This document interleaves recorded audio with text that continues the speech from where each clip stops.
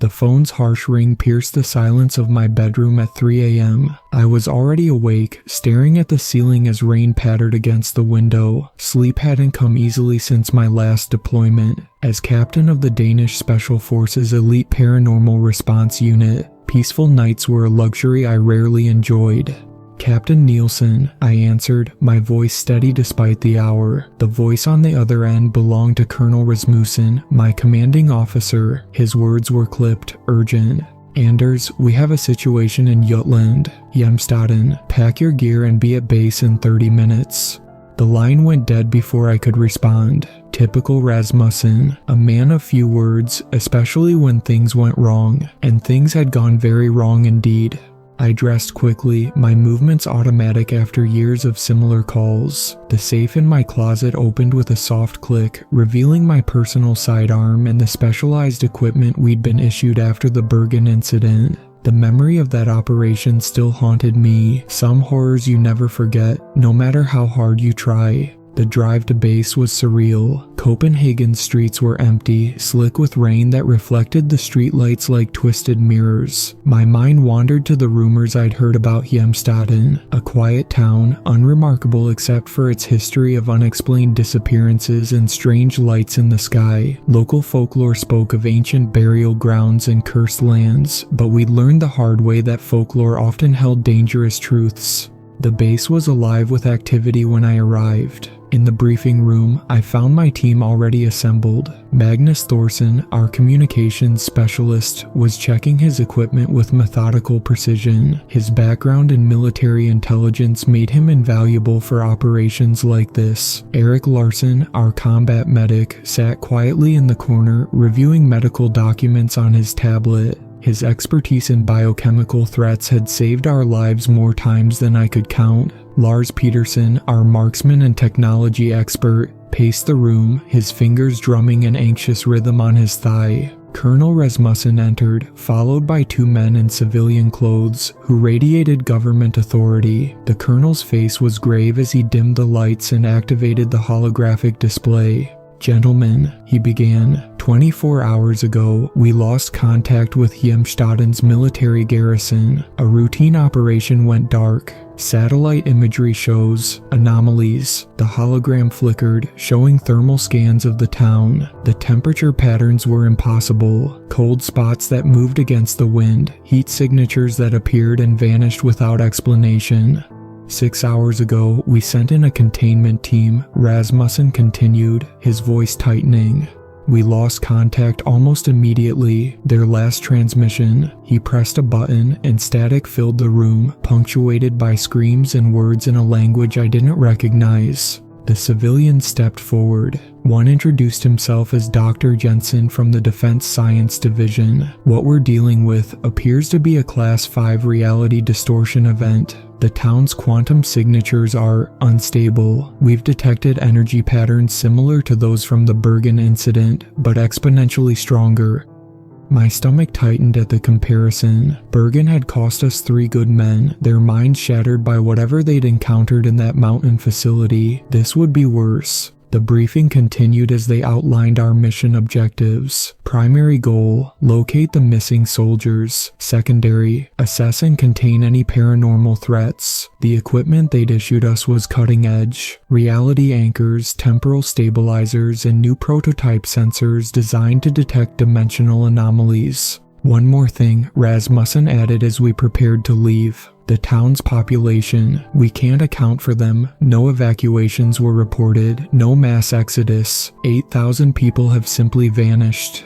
We loaded into the helicopter under heavy clouds, the first light of dawn still hours away. The weight of our equipment was familiar, but the new additions felt strange. The reality anchor hummed softly against my chest, its gentle vibration a constant reminder of what we might face. Magnus established our communication channels as we lifted off, his voice steady as he ran through protocols. Eric distributed the medical enhancers, compounds designed to protect our minds from psychological manipulation. Lars calibrated our sensor array, his usual joking manner subdued. The flight to Jutland was tense. Through the helicopter's windows, we watched the landscape change beneath us. The usual patchwork of fields and forests gave way to an unnatural fog that seemed to reach up from the ground like grasping fingers. Our pilot, veteran of countless special operations, cursed softly as the instruments began to malfunction.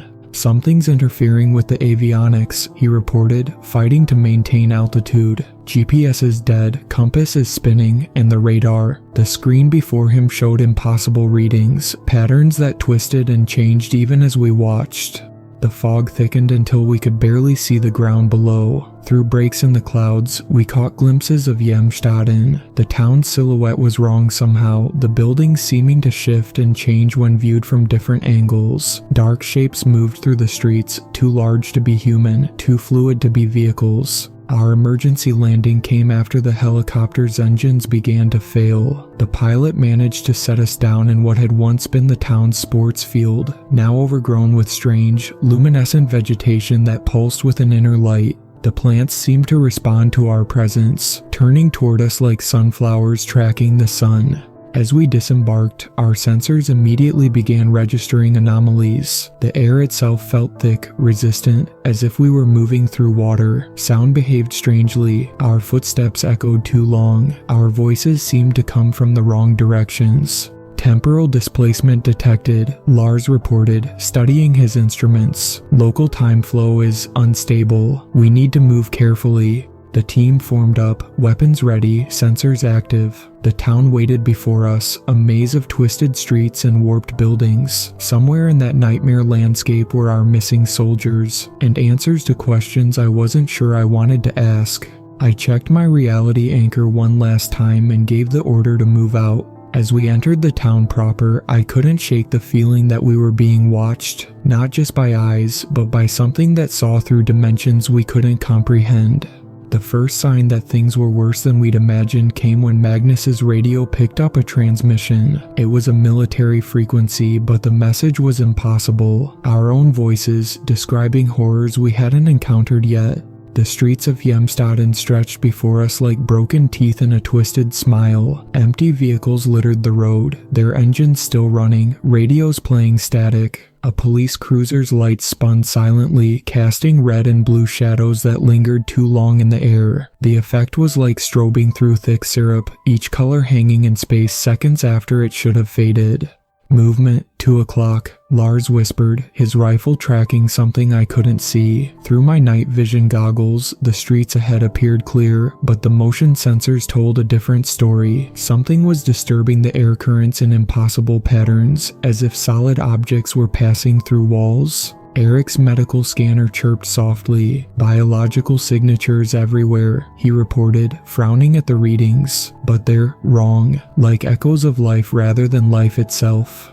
We approached the town's central checkpoint where the military garrison should have been stationed. The barrier gate was raised, the guard post empty. A coffee cup sat on the desk, still warm, ripples moving across its surface without any source. Next to it, a logbook lay open, its pages flipping slowly despite the complete absence of wind.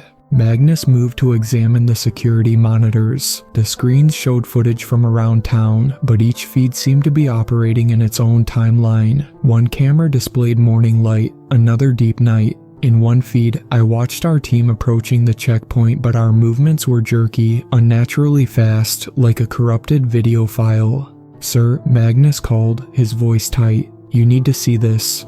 The monitor he pointed to showed the town square from 3 days ago. Military personnel were setting up a perimeter, their movements professional and practiced. Then the footage changed. The air seemed to ripple, and dark shapes moved through the frame. The soldiers noticed something off-screen, raised their weapons, and then The video didn't show them dying, it showed them changing, their forms stretched and twisted, reality bending around them like heat waves off hot asphalt. When it was over, they looked human, but their movements were wrong, limbs bending at impossible angles, heads rotating too far, bodies flowing like liquid through solid objects.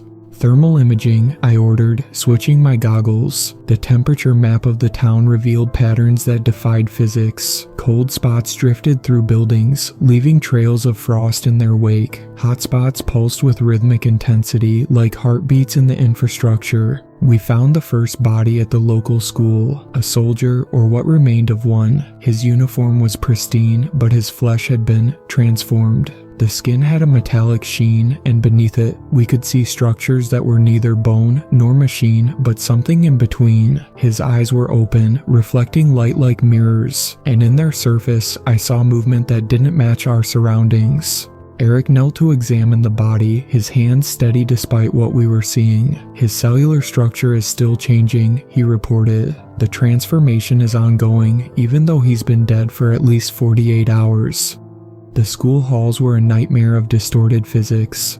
Lockers bent into Mobius strips, drinking fountains that flowed upward, shadows that moved against their sources. Children's artwork decorated the walls, but the drawings seemed to animate when viewed peripherally, showing scenes of transformation and horror that no child should be able to imagine. Lars's technology picked up strong energy readings from the gymnasium. As we approached, the air grew thicker, more resistant. Our reality anchors hummed louder, fighting against whatever force was trying to warp the space around us. The gym doors opened onto a scene that defied explanation. The basketball court had become a focal point of dimensional instability. The floor rippled like water, reflections showing versions of the room from different times, different realities. In the center, a group of figures stood frozen in a perfect circle. They were the missing townspeople, but they were wrong. Their bodies had fused together, flesh and clothing melding into a singular mass that pulsed with internal light. Magnus's radio crackled to life, broadcasting voices that spoke in overlapping timelines. Entity is spreading through the town's infrastructure. Temporal quarantine has failed. They're in the walls, they're in our minds. Project Lighthouse was never meant to. The voices cut off as a new sound filled the air. A high-pitched frequency that made my teeth ache and my vision blur. Through the pain, I saw the mass of fused bodies begin to move. The flesh rippled and faces emerged from the surface, mouths opening in silent screams. "Fall back," I ordered, but my voice sounded distant, distorted. The reality anchors were struggling, their protective field fluctuating as the dimensional barriers around us grew thinner. We retreated to the hallway, sealing the gym doors behind us. The metal surface began to warp immediately, organic patterns spreading across it like living frost. Through the small window, I could see the mass of bodies flowing across the basketball court, reaching tendrils of transformed flesh toward us. Eric's medical scanner was going haywire. Whatever that thing is, it's not just transforming matter, it's rewriting the fundamental laws of biology. The cellular changes I'm detecting, they shouldn't be possible. "The church," Magnus said suddenly, his eyes unfocused, as he listened to frequencies we couldn't hear. "They're calling us to the church, the old team. They found something there." A scream echoed through the halls, a human sound twisted into something alien. It seemed to come from everywhere and nowhere, reverberating through our bodies like physical force.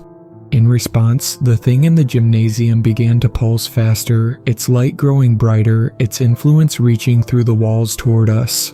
We had our heading, but as we moved through the school's warped corridors, I couldn't shake the feeling that we weren't choosing our path at all. Something was hurting us, manipulating space itself to guide us toward a destination we couldn't avoid. The town's church spire rose before us, its architecture distorted by the same force that had transformed everything else. The cross at its peak pointed in multiple directions simultaneously, existing in several spatial orientations at once. As we approached, the air grew heavier with potential energy, and our reality anchors strained against forces they were never designed to contain.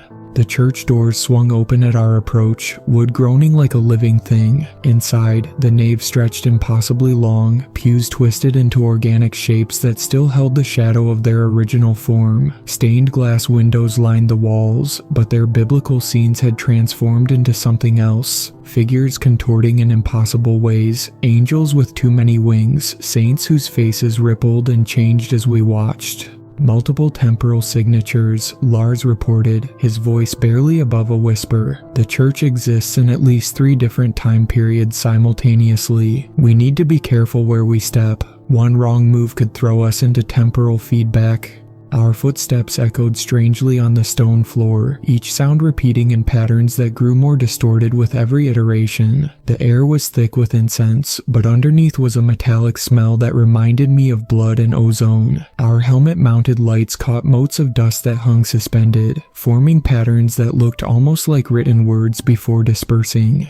The altar had become a focal point of whatever force had invaded Heimstaden. A strange, metallic substance covered its surface, flowing like mercury but leaving trails of light in its wake. Above it, the crucifix had been transformed. The figure of Christ, now a twisted mass of shapes that seemed to reach toward us with limbs that shouldn't exist. "Look at this," Eric called, kneeling beside a body we nearly missed in the shadows. It was one of the missing soldiers, but his uniform had begun to merge with his flesh, creating a hybrid of fabric and skin that pulsed with a faint inner light. His hands were locked around a journal, the pages filled with increasingly erratic writings. Magnus read aloud from the last entry. "They showed us the door, not a metaphor, an actual door beneath the church. Project Lighthouse wasn't supposed to open it, just study it. But something went wrong. The frequencies matched, resonance. Everything started to change. They're letting us see now, letting us understand. Everyone is connected. Everything is connected. The walls are breathing and I can hear colors and it's so beautiful. Please make it stop." A low hum began to fill the church, rising in pitch until our teeth rattled. The reality anchors sparked, struggling against whatever force was building around us. Through the windows, we could see the town itself seem to pulse in rhythm with the sound. There, Lars pointed toward the altar. The metallic substance had begun to flow more quickly, forming patterns that mimicked the strange symbols we'd seen throughout the town. As we watched, the floor beneath the altar started to sink, revealing a staircase that spiraled down into darkness. "Command, do you copy?" Magnus tried the radio, but only got bursts of static interspersed with fragments of voices, some speaking Danish, others in languages that had never existed on Earth. The decision to descend was made for us when the church doors slammed shut, reality warping around them until they merged with the walls. The only way out was down. The staircase felt wrong under our boots, each step slightly off-center from where our minds told us it should be. Our lights revealed walls covered in a combination of modern military equipment and ancient stonework, the two materials flowing into each other like wax. Cables and conduits pulsed with the same inner light we'd seen in the transformed townspeople. The basement opened into a massive chamber that couldn't possibly fit beneath the church, a space that defied the town's known geography. Banks of military computers lined the walls, their screens showing data in impossible colors. In the center of the room stood a massive device, a combination of modern technology and something else, something that hurt the eyes to look at directly.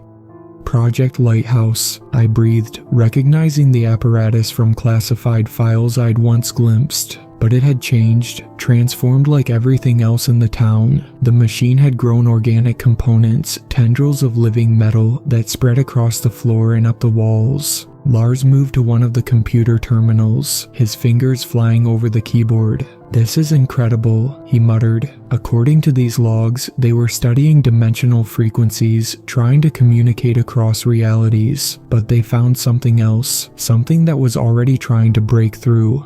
"Movement," Eric called out, his rifle trained on the shadows. Through my night vision, I saw shapes detaching from the walls. The missing soldiers, but transformed almost beyond recognition. Their bodies had been reshaped by the same force that had changed the town, limbs elongated and joints reversed. Their faces were smooth mirrors that reflected versions of ourselves twisted by madness. They didn't attack. Instead, they formed a circle around us, movements synchronized in a way that suggested a single controlling intelligence. When they spoke, it was with many voices layered together. The door is open now. Reality is thin. We see all possibilities at once. You will join us. You will understand. The transformation cannot be stopped.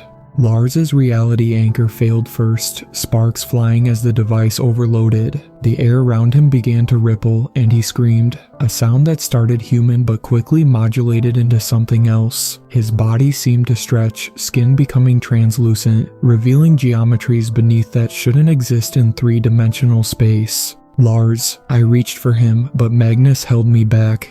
Don't touch him, he warned. The temporal field around him is collapsing. Physical contact could spread the effect. We watched in horror as our teammate changed. His form shifted through multiple states of matter, each more impossible than the last. When it was over, he stood with the others, his face now a mirror showing infinite reflections of the moment of his transformation. The humming from above grew louder, and through cracks in the ceiling, we could see that same metallic substance beginning to pour into the chamber. The other transformed soldiers moved closer, their mirror faces showing us visions of what we would become. The air itself seemed to bend around us, reality preparing to reshape our bodies and minds into something new, something that could exist in the spaces between dimensions.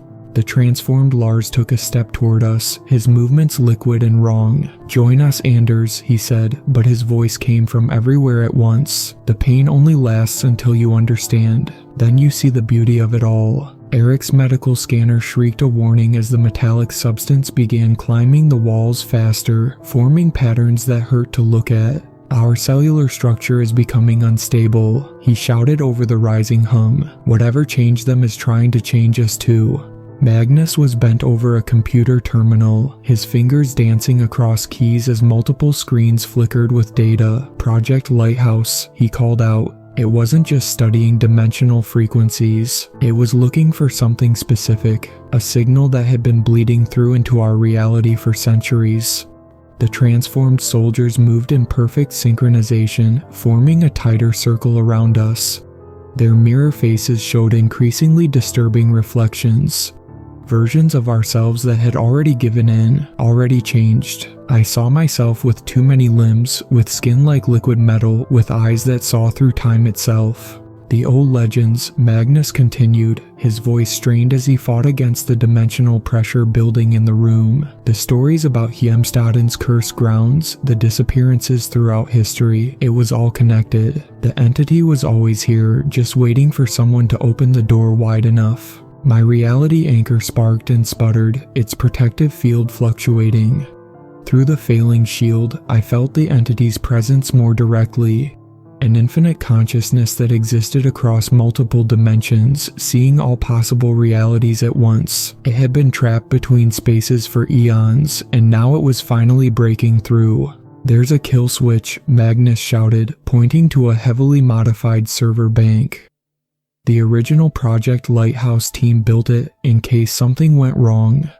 But he hesitated, looking at the transformed soldiers. It's not just an off switch, it's a dimensional inverter. It would collapse all overlapping realities back into one.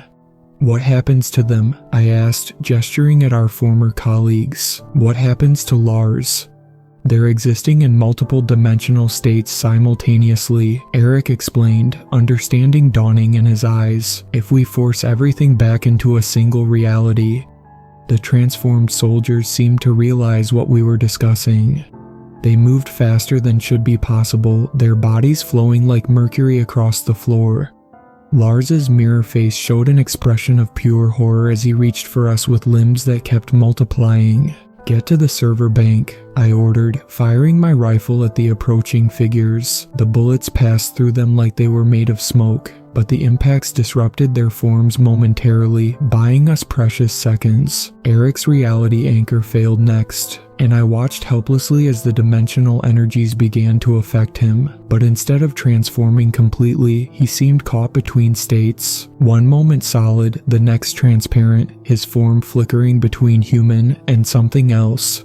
The override sequence, he gasped between transformations. I can see it now. The patterns make sense. His hand, still mostly human, reached for the server bank's control panel. His fingers moved across it, inputting commands even as his body continued to shift between states. The transformed soldiers rushed forward as one, their bodies merging into a wave of liquid metal and impossible geometries. Magnus's reality anchor overloaded in a shower of sparks, and I saw him begin to change, his skin becoming translucent, showing the light of other dimensions beneath. My own anchor was failing, its protective field barely holding. Through the fluctuations, I began to perceive reality as the entity did, an infinite number of overlapping dimensions, each containing different versions of Hjemstaden, different versions of ourselves. In one, we had never come to the town. In another, we had already been transformed months ago. The possibilities spiraled endlessly, and I felt my mind starting to crack under the weight of this new perception.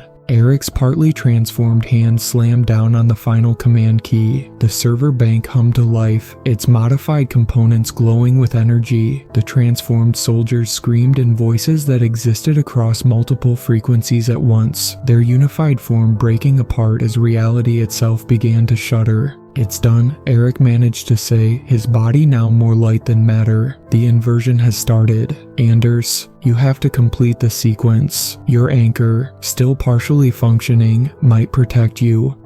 The room began to twist, space folding in on itself as dimensions started to collapse. Through my failing anchor, I saw Magnus and Eric's forms scatter across multiple realities, breaking apart like light through a prism. The transformed soldiers, including Lars, were being pulled apart by the dimensional forces, their unified consciousness fragmenting. I fought my way to the server bank, every step feeling like I was moving through multiple versions of space at once. My reality anchor gave one final spark and died, and immediately I felt the entity's presence flood into my mind. It showed me everything, the truth about reality, about consciousness, about the infinite layers of existence that humans had never been meant to perceive. The final override sequence required a DNA match from an untransformed human. As my body began to change, my fingers leaving trails of light as they moved, I pressed my palm against the scanner. Through the pain of transformation, through the overwhelming input of experiencing multiple realities at once, I heard the system begin its final sequence.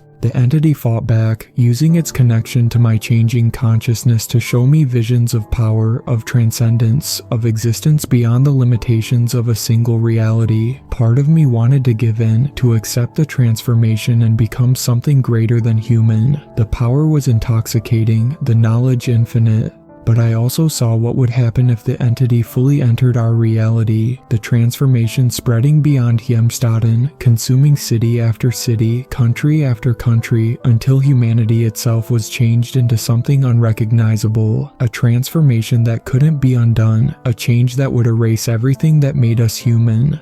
With the last of my human consciousness, as my skin began to turn reflective and my perception splintered across dimensions, I input the final command. Reality itself seemed to scream as the dimensional inverter activated, forcing all possibilities back into a single timeline. The world collapsed. There's no other way to describe what happened when the dimensional inverter activated. Reality itself contracted, infinite possibilities crushing down into a single timeline. The pain was indescribable, not just physical, but the agony of having your consciousness forced back into a linear existence after experiencing the infinite. I felt my transformed body being torn apart, scattered across collapsing dimensions. My awareness fragmented, each piece experiencing a different version of the same moment. In one reality, I was still human. In another, I had become something transcendent. In countless others, I existed in states between the two, neither fully human nor completely transformed. The entity fought against the collapse, its vast consciousness struggling to maintain its hold on our reality. Through our connection, I experienced its alien thoughts, its ancient loneliness, its desire to reshape our world into something it could fully inhabit, its incomprehensible perspective of time and space. It had been reaching out across dimensions for millennia, touching human minds, influencing our development, waiting for us to advance enough to open the door. The basement chamber twisted impossibly as dimensions merged. I saw Magnus and Eric's scattered forms trying to reconstitute themselves, their transformed bodies fighting against the pull of singular reality. The liquid metal walls of the chamber began to crystallize, energy patterns that had existed across multiple dimensions forced into physical form. Lars's voice echoed through my splintered consciousness. We could have been gods. But I also heard other voices, the missing townspeople, the lost soldiers, all those who had been transformed. Their merged consciousness was breaking apart, individual identities reasserting themselves as the dimensional planes realigned. Their fear and pain mixed with relief as their human awareness returned.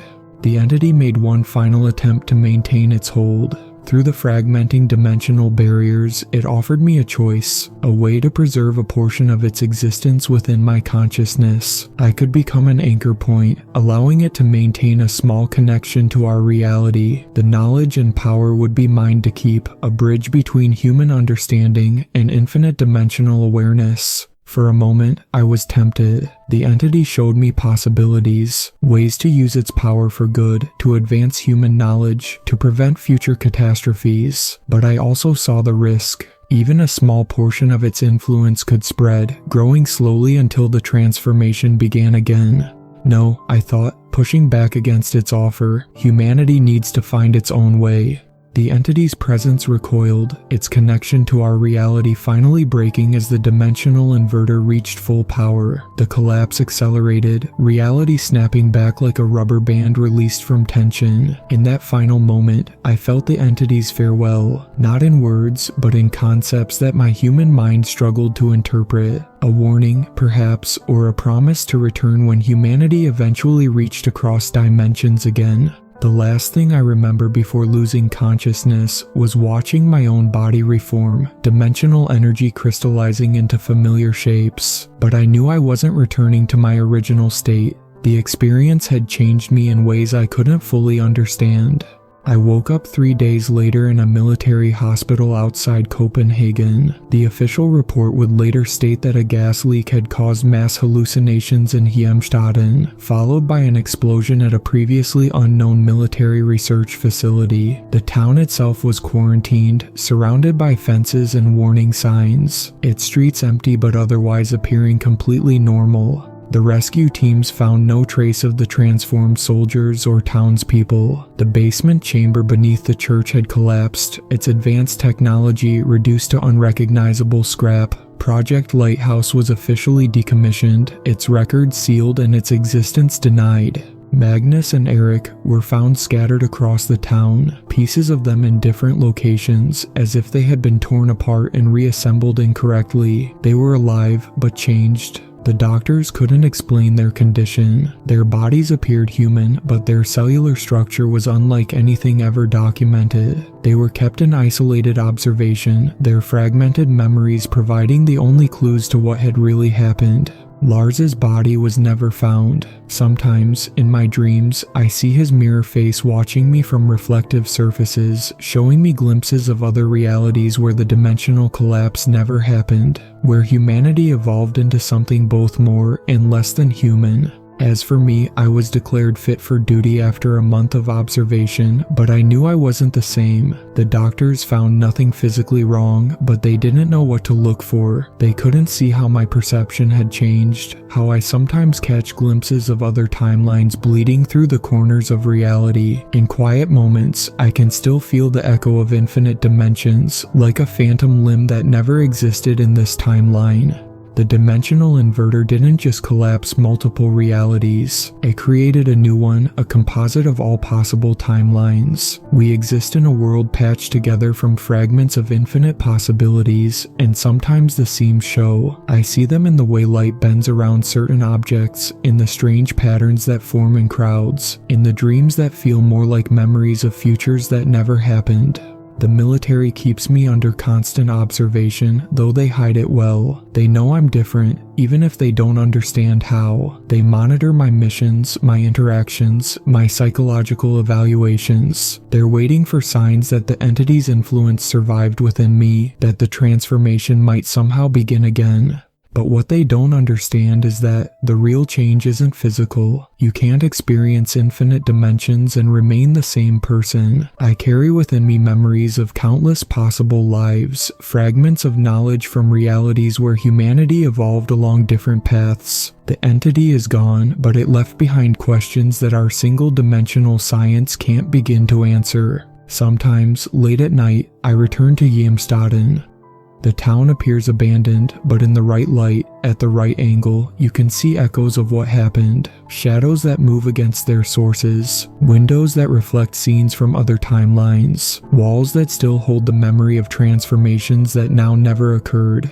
And sometimes, if I listen carefully, I can hear voices carried on the wind, fragments of conversations from other dimensions, whispers of possibilities that were crushed into singularity. They remind me that reality is more fragile than we imagine, that the barriers between dimensions are thin, and that somewhere, in spaces we can't perceive, other versions of ourselves are still becoming something new. I've never filed a complete report about what happened in that basement chamber. Some truths are too dangerous, too easy to misuse, but I know it's only a matter of time before someone else reaches across dimensions, before another door opens. And when that happens, I'll be ready, because part of me is still there, scattered across dimensions that no longer exist, watching the spaces between realities for signs that the entity has found another way through. Until then, I continue my duties with the Danish Special Forces, protecting my country from threats both mundane and supernatural. But I carry with me the knowledge that our reality is just one of infinite possibilities, and somewhere in the spaces between dimensions, something is still watching, waiting for humanity to open the next door.